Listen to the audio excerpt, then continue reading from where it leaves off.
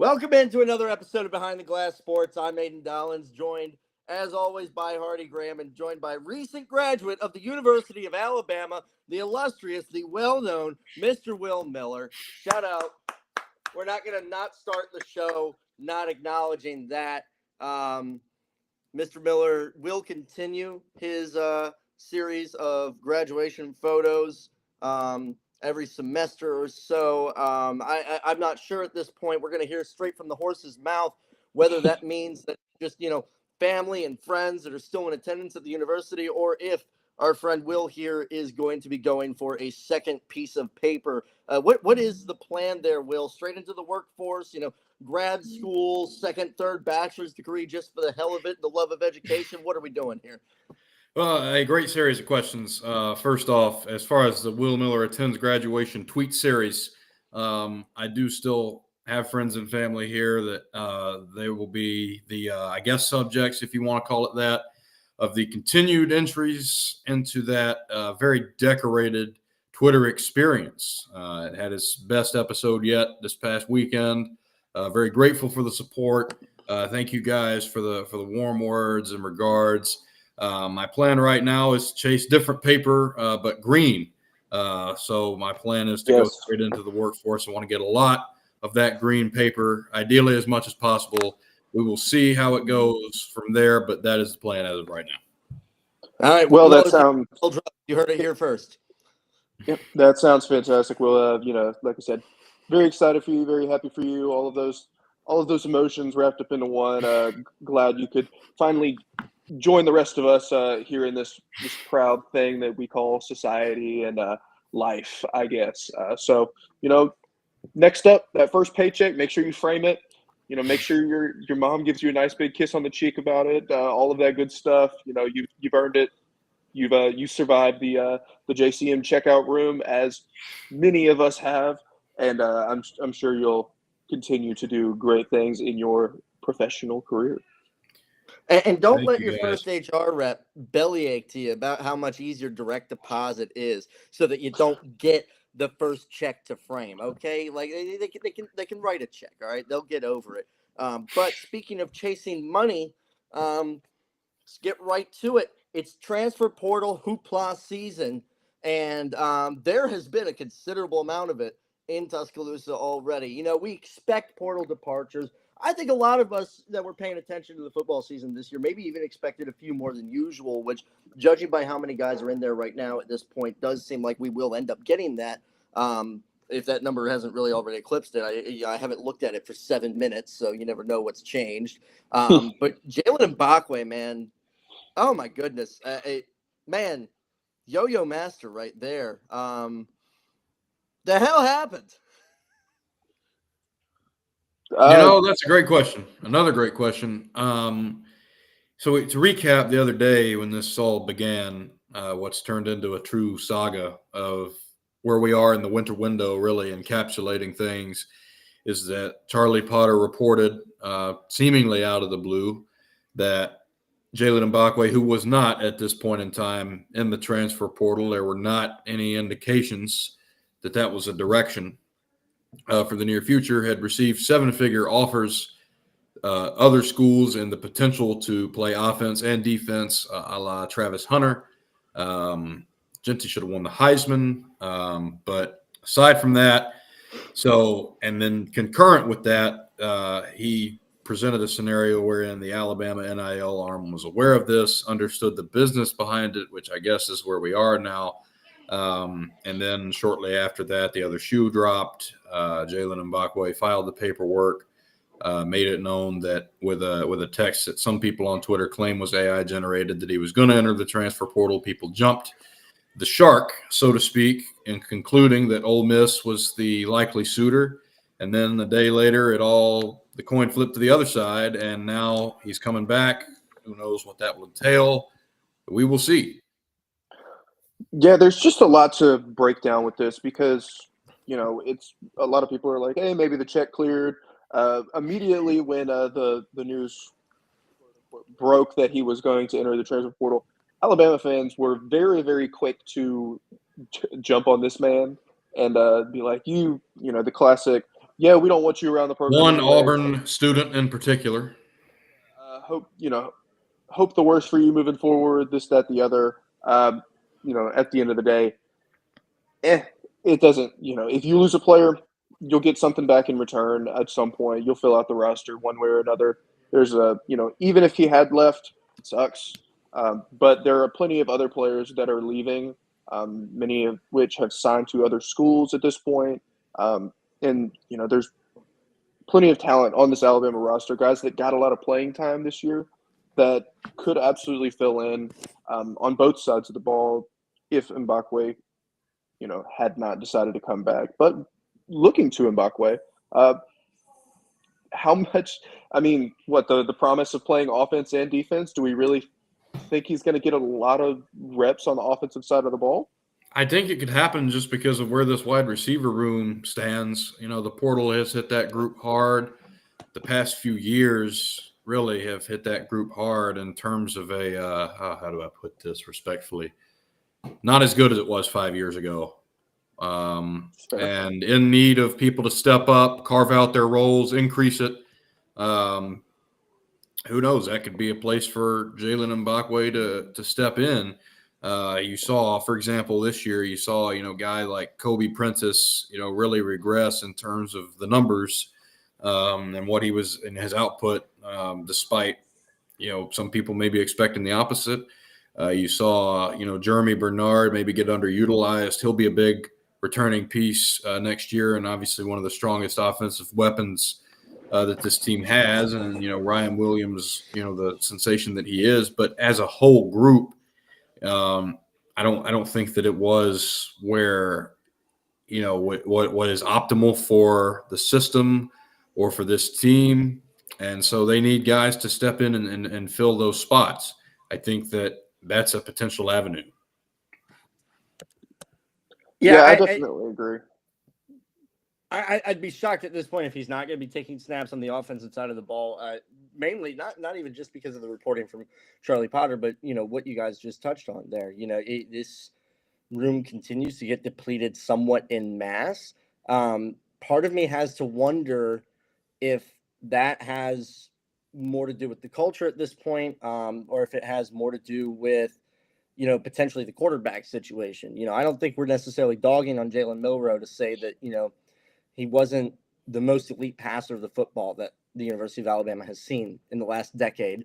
And guys maybe felt that as far as their production, and, maybe they wonder themselves, like, okay, what is the passing game going to look like in the future here? Is Ty Simpson going to be the quarterback next season? And, again, what have we seen from Ty Simpson in practice? He wasn't out there starting ahead of Jalen Milroe at any point this past season. So, if guys are worried about their draft stock and their ability to showcase their talents, and Ryan Williams and Jeremy Bernard are the only ones really getting the ball from this quarterback room, then maybe that is a factor in all of this. And you kind of have to wonder, what's the offense going to look like moving forward, as we allegedly are going to get a little bit more of Kalen DeBoer's style of offense, moving forward with potentially a new quarterback.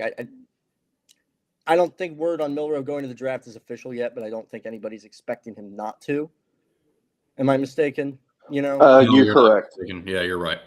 Yeah. So I mean, there's a myriad of factors here. But I think it's a little bit more than just the transfer portal poaching or, sort of indignation of, I don't feel like I got enough money and I don't feel like I was a big enough star that we've maybe seen in the last handful of seasons. Yeah, I agree with that. And then just like touching on the wide receiver room, Will mentioned that this room really has been depleted by the transfer portal. So far, 4 guys have entered. Kendrick Law, again, another guy that was very underutilized this season. Caleb Odom, he was kind of a new guy around campus, but didn't really get a lot of run. Emmanuel Henderson, he played a pretty solid amount. And then Kobe Prentice, of course. So you're just looking at this room, in terms of Jalen Mbakwe, and they just got a commitment from Isaiah Horton, transfer from Miami. So that helps flesh out that receiving room a little bit.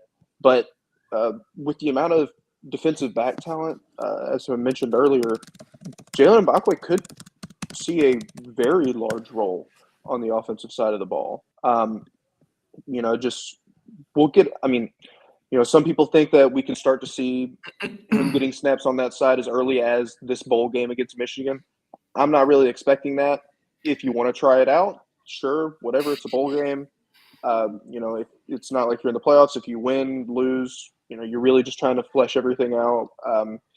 But you will be doing that with Milroe rather than what is expected to be the quarterback for next season. But we'll really get a better look at everything, come springtime. I don't know if y'all kind of looked at transfer portal rankings, everything that this Bama team has lost so far. But the position that is really lacking on this team is it's on the interior defensive line. Losing, Damon Payne's, signing letter, it got nullified pretty recently here. He was going to commit to Michigan. So, very curious to see how that all shakes out. Jaheim Otis is, of course, gone. The defensive side of the ball is looking from this year to next year. Definitely looks like it needs some help in the transfer portal. I thought this defense saw some guys leave and really both sides of the ball, but this defense saw some guys leave that you aren't necessarily jaw on the floor about. Oh, and not that they're not good players, but you see guys like the Michigan man, or he was going to be, but then again, it looks like the school's strict academic standards have claimed another victim. Ask Caleb Love about that. Ask Terrence Shannon Jr. about that. But you look at guys like him, guys like Hunter Osborne, who was a blue chip recruit and didn't really get on the field as much. Guys like Keanu Coote, who could stand to hit the brakes a little bit when driving. But these are guys that I don't know how moved you really are by some of these departures, in the sense that yes, they're very talented football players, and in a lot of cases, players that the coaching staff has said good things about in the past, but the fact remains that their path to the field, wasn't the most linear. And again, that's just where we are right now in the landscape of this sport. That that's not what people are going to accept anymore. Whether they be, stakeholders in another school, whether they be the players themselves, their families, whoever. And these were guys that 10 years ago maybe you would have seen them hit the field as seniors and play and make an impact. Guys like Q Robinson, for example, who was really good this year before he got hurt, and you just hate that, like we've said. But that that's the exception rather than the rule nowadays. And guys that don't see the field, you can expect to pack their bags. And that sucks, because again we come back to this time and time again. It's not doing these young men a service in not just developing themselves as football players, but developing their mental fortitude and character to grind through adversity and improve themselves, not just as a football player again, but as a human being, make better decisions in their life, change their work habits and their work ethic. These are the sorts of things that are being robbed of these young men. And Kirk Herbstreit kind of talked about this a little bit recently, wherein this whole thing where you kind of just get to throw your hands up and say, well, you didn't do exactly what I wanted you to do, so I'm out.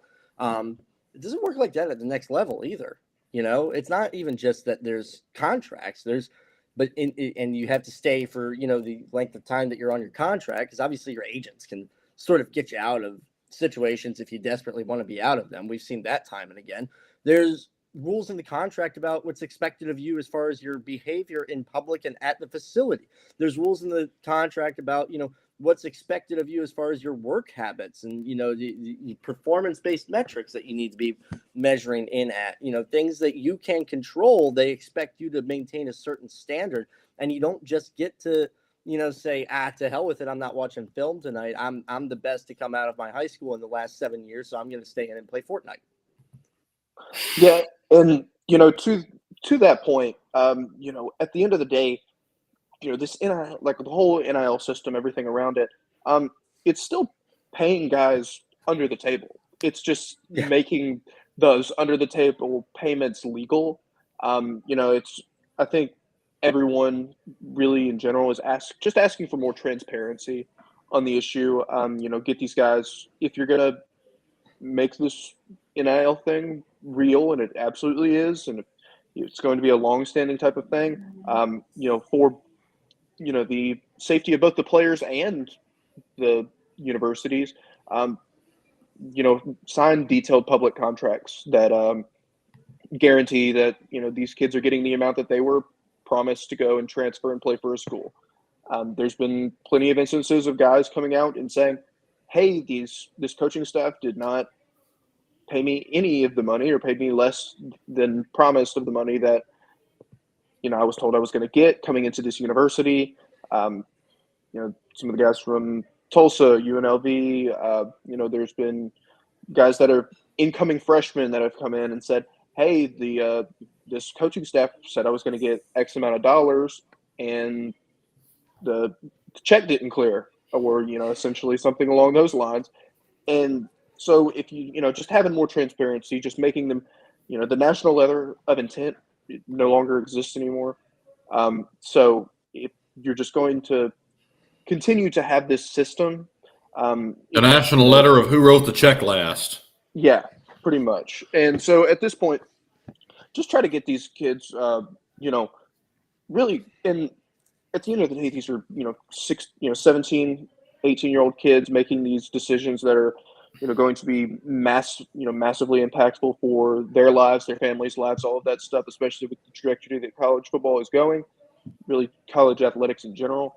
If they want to be secure in the decisions they make, these contracts need to be signed public so that everyone can understand how much you're getting paid. People can bitch and moan and complain about, you're really going to pay a 18-year-old kid this many millions of dollars, never even stepped on the field. If the university is willing to pay that, or a collective, whatever, is willing to pay it, then yes, they have to deal with it. Just make it public so that everyone knows what they're getting paid. If you wanted to incentive-based contracts, I don't really care.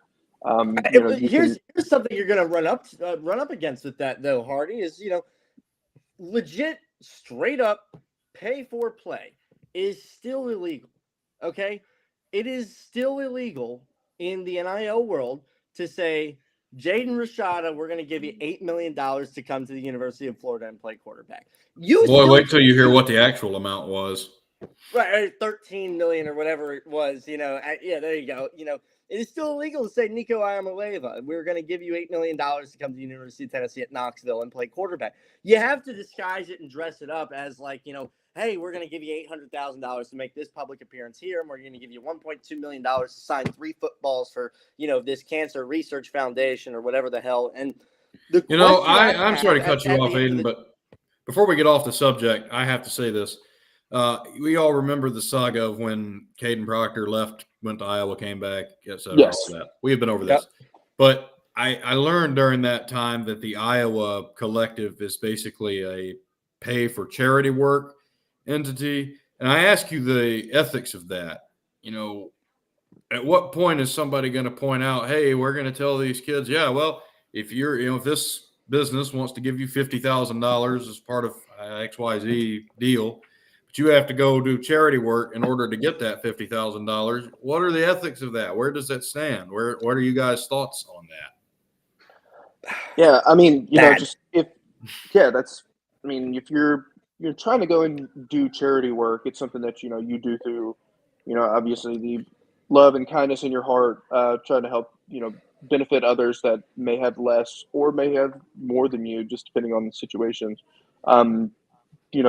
Paying someone outright, saying, hey, it's like you have all these players, NFL players, college football players that show up and greet some Make-A-Wish kid at a hospital, something like that. If you were telling me that a guy was getting paid, $50,000 to show up and say hi and hang out with his kids for an hour or whatever, it would make me feel really sick to my stomach, make me feel like they weren't really in it for the benefit of the charity. And there probably is some of that going on in different circumstances around the world. But it's just, I don't really support that. Situations are situational. That's obviously a heinous and grievous thing to do, in my opinion. All right. What would be acceptable, in my opinion, would be to say, like, we're going to give you $50,000 to show up at this, charity fundraiser because we think your presence is going to triple the amount of money we raise, and we're going to bring in $1.5 million for this charity rather than $500,000. That's totally different. So something like that, sure. But what you're talking about, Hardy, straight to jail, straight to hell. It's straight the Parks and Rec Sister City clips, right to jail. So like going back to that though, like whatever the reason they're getting this money in this contract is, I'm not sure when you put those things in detail in a contract to say, oh, we're going to give you $1.2 million to do these 3 HVAC commercials for this local business that clearly is only putting on a $8,000 local access cable ad. How is that not money laundering? No, I mean, it glorified it is. And so if we put this in the contract, we put that out there formally, like, is that not going to be the thing we start to say, like, oh, are kids going to start getting in trouble? Are schools going to start getting in trouble for money laundering? Maybe that's part of the holdup with that.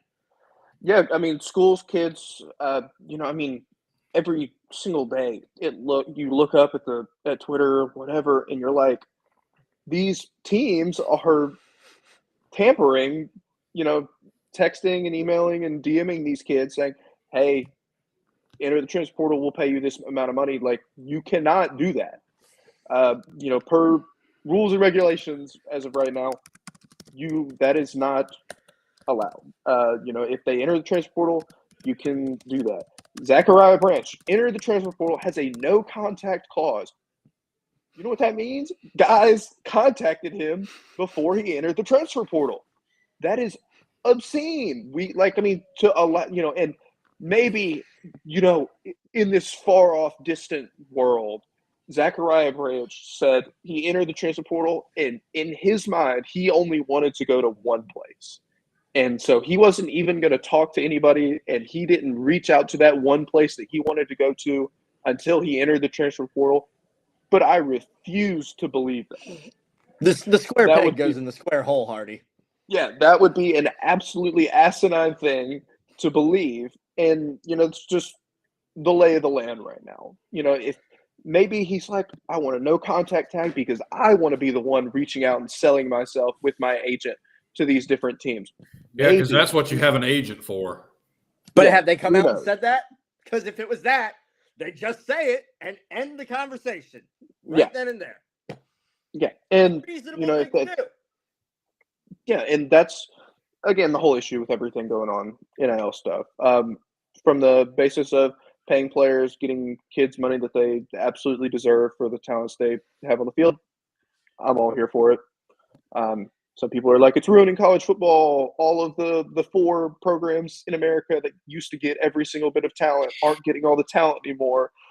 Like, did you guys see Greg Burns' tweet earlier? Yeah. Yeah. Aiden and I addressed, some things Greg Burns said last week. After University of Alabama was left out of the college football playoff, and he talked about scheduling and this, that, like, we have to go and reevaluate our schedule, this, that, the other. It just appears that he's just falling back on some kind of, everyone please feel sorry for us. We're like the college football world doesn't love us, type of stuff. And I mean, this, well, if you want to get into what he tweeted today, you can go ahead. You know what we call that when you're not wearing a suit standing behind a podium? We call it poor mouthing. Generally frowned upon. Will, I give you the floor. Yeah, it was only on Twitter, and Greg Byrne basically was saying Alabama fans have to chip in for NIL. They have to do this, that, and the other because schools are coming in with multi-million-dollar offers to poach players. Probably true. I know nobody really has difficulty believing that piece, but how it's just time for action, and Alabama can't go behind the 8 ball, which from that message seems like maybe they already are. I'm not speculating, but optics are optics. My thought on that is, again, the issue is not so much in what he said, because it's true. I'm one of those people that falls in the camp of, for better or worse, soon enough, schools will be paying players directly. And at some point in the future beyond that, it'll be looked back on as absolutely wild that fans were chipping in for this purpose. And it was just so brazen. I'm not saying that any of that is, the fault of anybody. It's not, Greg Byrne didn't make NIL. Greg Byrne didn't make all this stuff. But the university didn't make it either. But I think we're just really pulling the Band-Aid off slowly in an NIL sense towards this point in the future that I think is the only direction that things are going to end up in. And again, and the results of that are not going to be pretty. People talk about how, sports are going to be cut and all this, that, and the other. And I think that will happen. I don't like it for so many reasons. I think it's terrible. I think the kids not having the opportunity to get an education is terrible based on the scholarships that they would, get from those sports, the opportunities that those sports could create in and outside of athletics, all sorts of different things, all sorts of reasons why that is bad. But that's what this NIL machine is bulldozing towards. And, if Alabama is behind the 8 ball in the NIL category, you would think that there are some people whose sport coats contain shoulder pads that could help bridge that gap expeditiously. So just to be clear, it's already happening. NIL's been a thing since what, 2019, 2020? 21. Okay. Since 2020, we've lost 27 men's and women's lacrosse programs. And as of a week ago, we just lost one of the oldest in the country in Montclair State, who actually just recently spent a good bit of money making the push from Division II to Division I. I believe they've been playing lacrosse at the university since the 19th century, actually. UAB football development. When UAB went up to the FBS at first and eventually had to fold the program, they actually didn't have to fold the program. It was a whole thing. But, it kind of reads the same there. It's an unfortunate situation for the reasons we touched on. I feel I'm going to sound like I'm 65 years old here. And I apologize for that. But I really feel like we are losing the essence of what this is. Somebody that only watches football and March Madness might see a university cut volleyball and say, oh, well, whatever, and that will happen a lot. You're seeing it start already in the discourse surrounding college sports, but the moments, the opportunities, it's so much more than, being at the whims of major TV networks and college football. We all love college football, and we love tuning in to watch college football, talking about college football. But, it's a very sad state of affairs right now, wherein, again, and we've said this, the money has been prioritized over all else. And even just 4 years ago, 9 years, no, not 4 years, I meant to say 8 years ago, but it was actually 9 years ago. When I was on my very first campus tour at the University of Alabama, one of the major points on that tour, they would, we'd drive past Bryant-Denny Stadium, we'd see it, but they spent so much more time talking about how the money that football program brings in funds all the other sports on campus and funds other academic clubs and extracurriculars and funds the new buildings that we were building a semester for what, a decade in Tuscaloosa? Yeah, pretty much. Like that. And the money came from football, and we took pride in that. And that is the sort of thing that's being thrown out the window gleefully. And it's not just happening at Alabama. It's happening at Montclair State. It's happening at Loyola, Maryland. It's happening at Marymount University. It's happening at Ohio State. It's happening everywhere. But it's happening at schools where kids don't go there just to play sports. It is happening at schools that are institutions of higher learning first and a place for athletics second. Yeah, and at some point, people have like bounced around the idea of, maybe college basketball, college football need to just completely separate themselves, and just kind of become its own thing.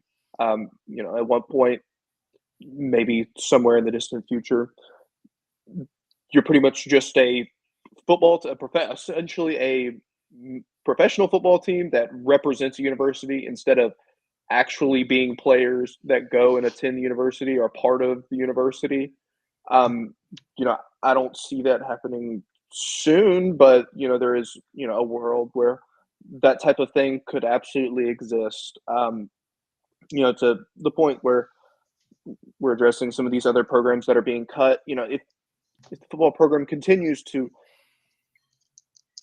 create this influx of money, it's in the University of Alabama has the luxury of being one of the most profitable football programs for the university. The amount of ticket sales, revenue brought in from jersey sales, everything involved with that is in the upper echelon of programs around the country.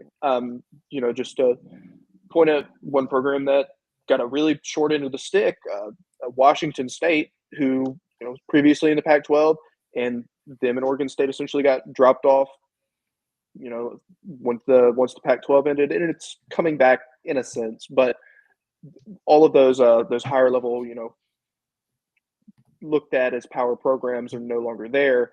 They poured a ton of money into, redoing all of their athletic facilities, doing all of this, that, the other, continuously trying to build things on campus. And that was with far less money than what, an Alabama had been dealing with. So when your team kind of gets short end of the stick, I don't want to say screwed over, because at the end of the day, you have to find, as a president, athletic director, you have to find a way to get a seat at the table, whatever it may take. And these TV deals that they're bringing in, they're only going to get bigger and bigger. So it's shameful that you would find it necessary to cut programs that really aren't all that expensive to fund. You're not buying a ton of equipment for a volleyball team. What you're paying for is air travel. Most of them fly coach. They're not flying, in private jets, all of this other stuff like football, possibly the basketball team, this, that, the other. They're sitting coach on a Delta Airlines flight going from, Birmingham to Atlanta and then over to Dallas or wherever. And if the school runs 3 of its monthly bills through a Southwest Rewards credit card, then boom, that's taken care of. Yeah. The university makes plenty of money. They should not have to cut these programs. And I'm sure a lot of these programs will stick around even if they are cut as club programs, but it is absolutely not the same thing. Having that NCAA sticker on, seal of approval, having it just means more. It establishes it as a real, glorified program. And to get rid of something like that would be heinous, and should be, the people responsible should be thrown in prison. And also, let's point out that if it's an NCAA team, that there is, however likely it is, depending on the school and the program that you're in, to get a scholarship, there is the possibility of getting a scholarship. But at minimum, as far as I know, it does not cost you money to play your sport and represent your school. Average cost of being part of a club lacrosse team is $2,400 a student. You pay about $2,400 extra to play club lacrosse if it's not an NCAA program. If you're in the MCLA or the NAIA. So that's a massive factor. Again, we're passing the cost along to the student in an effort to give 130 football players a little more of this. And by the way, let's go back and point out, in 2022, there were 25 profitable Division I football programs. 25 of them turned a profit out of 138 FBS teams. Yep. Yeah, So I what are mean we these doing? schools. Yeah, I mean it's not like they're making crazy amounts of money. Since then, a couple of new TV deals have been signed. New team conference realignment, this, that, the other. The ACC media rights deal is still hilarious. That they allowed themselves to be suckered into that. Um, but a school like SMU, and they're definitely an exception. They were like, yeah, we don't want a piece of the pie for the media rights deal. We want a seat at the table, and we'll just pay our way through. Now the SMU has the money and the backers behind it to be able to sustain that for a number of years until that media rights deal ends. But at the end of the day, a lot of these teams couldn't pull something like that off. I don't think a Louisville could do something like that. I don't think. I mean, shoot, I don't even know if necessarily a Mississippi State could afford to do something like that, especially if they continue to lose games in the SEC. And by the way, the Board of Trustees has a fiduciary responsibility to act in the best interest of the entire academic institution, not just of their football team. So also, it's a matter of not just can they, but will they? Well, there's a lot of people who make the argument that what's best for the football program is best for the university based upon the financial windfall caused by the Nick Saban era and the return of Alabama football to global prominence. Make of that what you will. I think that, it's above my pay grade to get into the nuances, but that is out there. It's lunacy. It's fallacy. The man put 6 trophies in the case in 17 years. I think 4 in 7-year span, something like that. I don't know. There was a dense run there in the middle. Of course, they made more money than they even knew what to do with. It was even amongst the profitable programs. It was the exception, not the rule. Yeah. And the infinite ego it would take to think that you're just magically going to make that happen in Starkville. Yeah. Turning to a lighter, happier note. Shout out Nate Oates for being willing to take his team up to Sioux Falls, North Dakota, playing the North Dakota Flying Hawks tonight. Game. Sioux Falls was in South Dakota. Oh, they're in there Grand could be Forks, 2. North There's Dakota. 2 Dakotas. There might be 2 Sioux Falls. It is at the Sioux Center. That's where I got confused. That is where the game is being played tonight. Confusing. But yes, Grand Forks, North Dakota, home of the North Dakota Fighting Hawks. A game that, from the reports being put out, it was a game that was scheduled pretty much to, not a handshake agreement because that sounds a little backhanded, but a big time favor, a gesture of good faith to Grant Nelson for coming into the program. It's a quad 4 game that Nate Oates very rarely schedules. I don't think anybody on the planet thinks this game is going to be remotely close in terms of the actual game on the court, but for the impact that it has, him being willing to do this, go on the road, like a true road game against a program like North Dakota, it says a lot about how much he cares for his players, and he's willing to help out one of the guys that is, that was very crucial to Alabama reaching the Final Four last year, and they're according to reports, providing his family tickets to give to friends and other family and everything like that. And it just sounds like a really awesome thing. I think one of his friends told him he couldn't handle the cold anymore, so he's proving him wrong. Yeah, well, we'll see how everyone else handles the cold, because it's going to be I think it's at 8 degrees, maybe even less for tip off. Sounds balmy for South Canada. Well, there's a little bit of a heat wave making its way up through the southeast United States, and it's warming things up quite considerably in North Dakota to a point where things are still freezing, but they're not staying frozen all day. The water's not frozen when it hits the ground? Yes, I believe so. I could be dead wrong, but that is it's going to be a quite a chilly night up there in North Dakota. Yeah. Late start too. Yeah, 8 p.m. CBS Sports Network.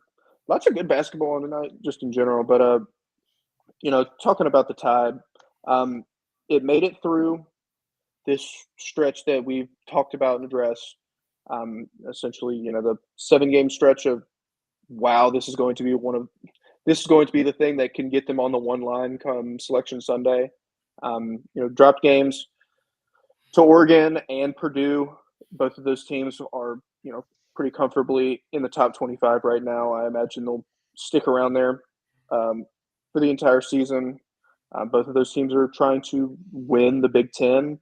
I don't know how Alabama feels about being screwed over by the Big Ten twice in one season.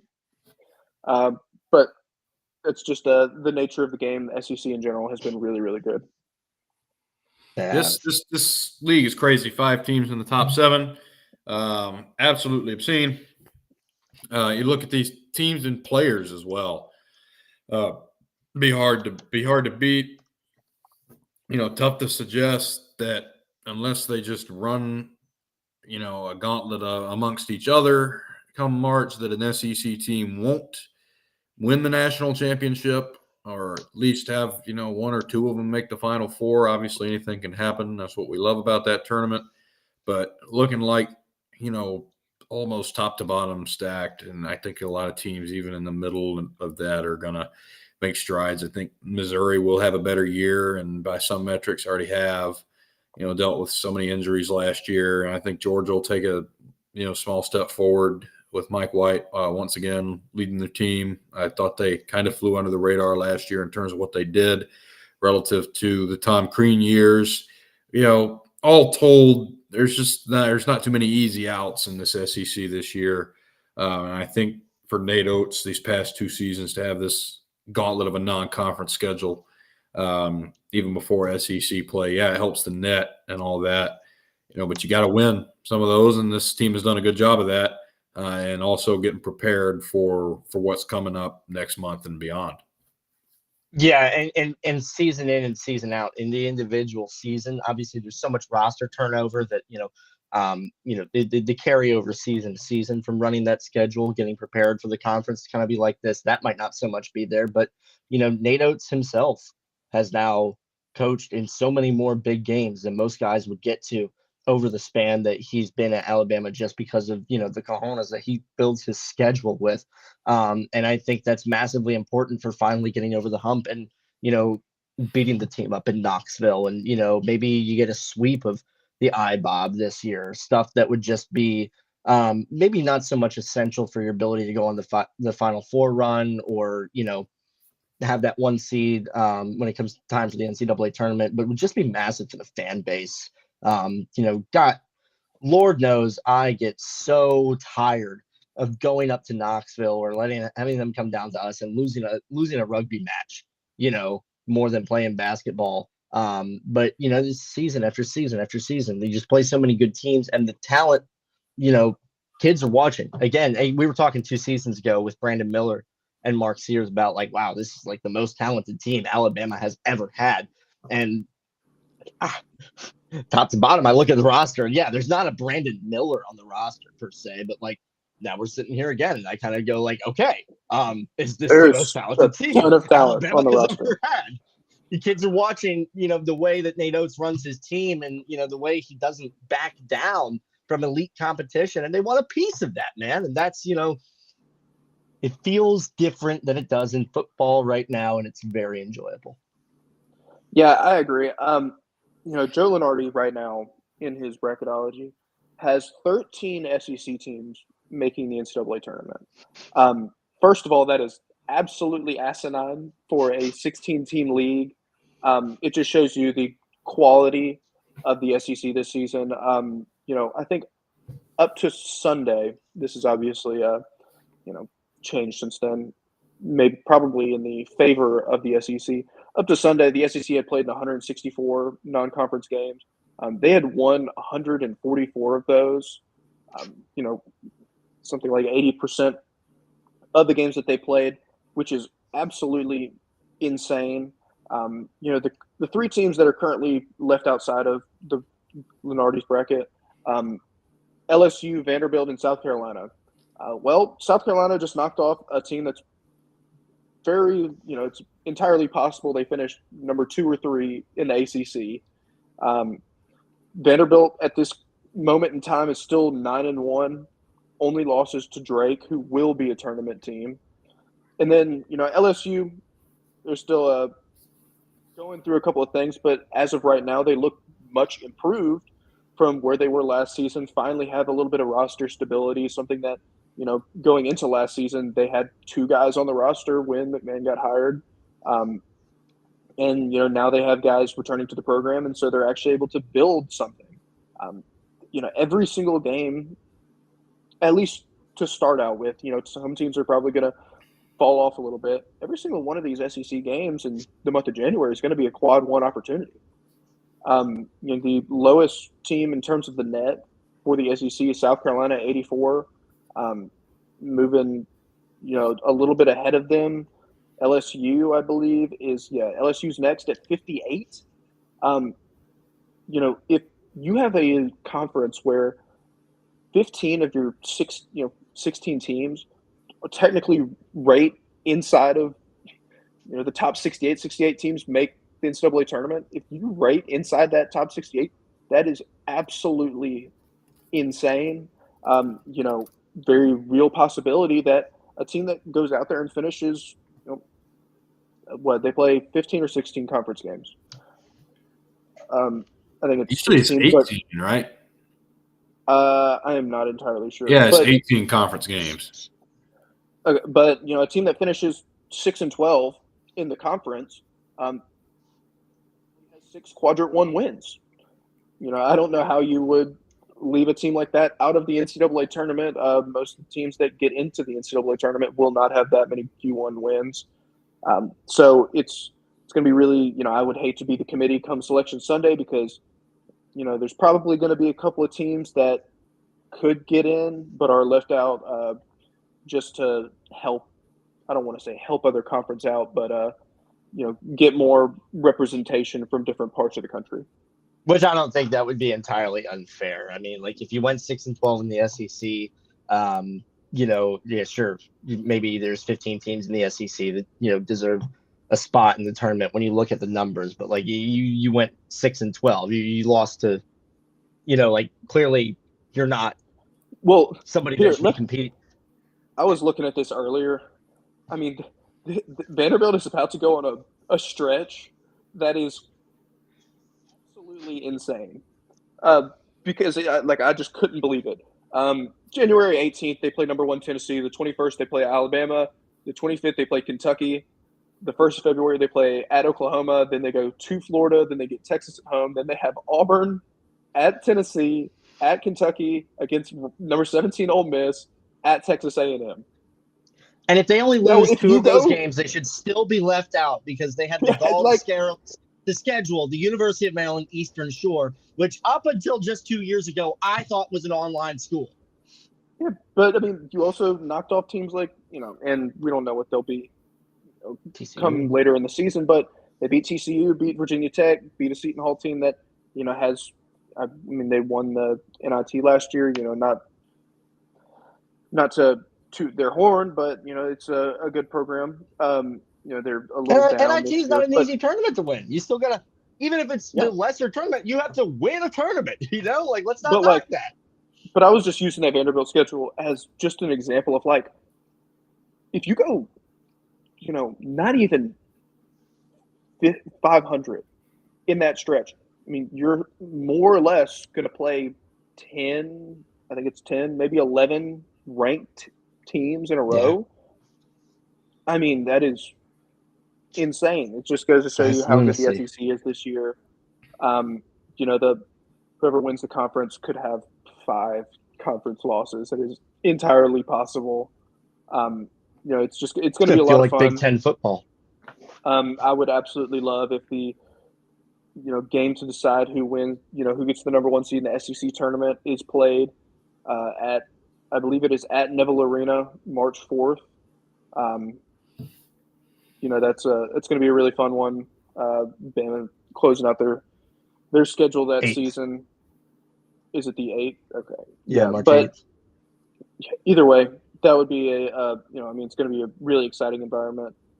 Hope I get the opportunity to watch as many of these games as I possibly can, because it's going to be an absolute bloodbath. And I'm sure these, going out there and competing, night in, night out, it's entirely possible that having a league this good completely burns out all of the teams in the SEC, that by the time they reach March, they're like, oh my God, I can't play another game. No cartilage left in the knees. Yeah. So at least for teams like Alabama that have a lot of depth, that's going to be a luxury that, they're going to need to take advantage of. Another luxury is teams like Tennessee right there at the top of the heap. Great game against Illinois. But God, the brand of basketball. I like Rick Barnes. It's unwatchable. The luxury of being able to, play a contact sport on the hardwood and get away with it essentially is something they've enjoyed for a while. They play basketball in the octagon. Oh yeah, that is true. I heard they're going to fight John Jones Baltimore next. Street ball. Yeah, and with the style of basketball they play, they could give John Jones a run for his money. Yeah, that's why John wants so much money to fight. But anyway, one of the things I brought up to start the year. Now, a big part of this is just due to first-year coaches and the natural transition of the carousel and where we are time-wise. But assuming Missouri is a competent team this year, how many SEC basketball coaches can you think of one off the top of your head that's like right there on the hot seat, that it's warming up, that it's burning right now? You can't, right? I mean, if Missouri were to hypothetically, make the NCAA tournament or, get a winning record in league play or, really strong run in Nashville, I mean, you might not see any SEC basketball coaches getting fired this year. Yeah, I mean, only guy, that could be on the hot seat. Someone's going to finish 16th. I think it's going to be Lamont Paris in South Carolina, even though they just got that really big win over Clemson last night. Nick Pringle, past 2 games, 18 points a game. Yeah, I know. He's man of the culture. Yeah, has absolutely showed up for them. But, I mean, you're like, someone's going to finish last. And some university, even if – and the problem is whoever's going to finish last is probably going to finish tied with, like, 3 other teams, at, like, 4 and 14 or something like that. And the committee's going to have to be like, well, they have 4 quadrant 1 wins. Do we help them out or do we help an Indiana State team that is 1 and 3 in the quadrant 1? Yeah. It's going to be something that they'll have to deal with. But my God, this conference is absolutely loaded. I mean, the SEC's made it a point to go out and get all of the best coaches, best talent, getting very active in the transfer portal, and it's showed up at least through non-conference play. The only one I could think of is Matt McMahon, and I mean, disclaimer, I like Matt McMahon a lot. Did great work at Murray State, obviously. And a lot of people are familiar with John Morant, but even after that 2021 team that he had was – Shout out to Evan Brown. Yes. Fairhope legend. Yes. Hardy, you're awesome. But that team was great to watch. But, and so all this to say, I like him. I enjoy his brand of basketball. I do think he is an absolute hell of a coach. But they have struggled mightily. And part of that is what Hardy alluded to earlier with roster turnover and consistency. He fixes some of those issues, and, yes, they will improve. But if they were to have if they were to be that last place team, it's possible. Not saying it'll happen, but it is possible. That's what I can think of. But I want to spend some of the last few minutes we have for this week. It came out this morning or this afternoon earlier on that Malachi Moore had surgery to address nagging problems, and as such, he'll not be playing in the ReliaQuest Bowl. It's a 5th-year guy, a team captain whose college career is now in the books. And, he wants an NFL future. The expectation is he'll get a shot. But, this has been a piece of this team's fabric, freshman year during the pandemic and winning the national championship.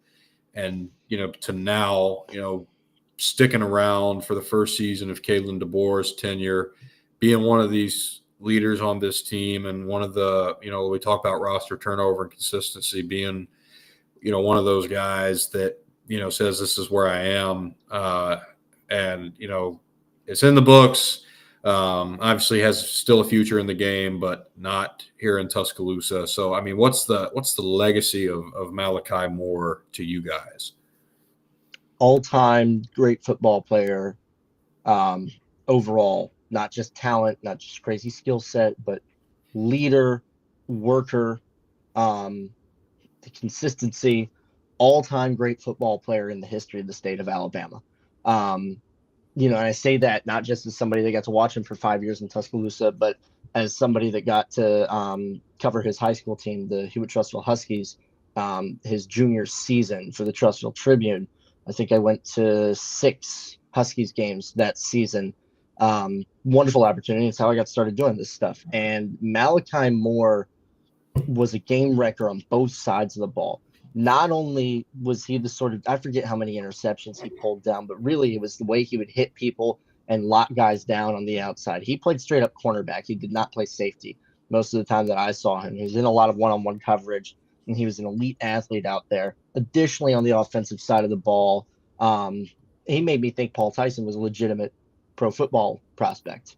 I thought Paul Tyson was going to be, well, maybe as a coach, I thought Paul Tyson was going to come in and, make me forget who Greg McElroy and A.J. McCarron even were, just because of, I didn't really realize it at the time from my vantage point on the field, but really more what was going on was the hell with it. Malachi Moore is down there somewhere, and he was going to come down with the ball. They would absolutely route teams night in and night out.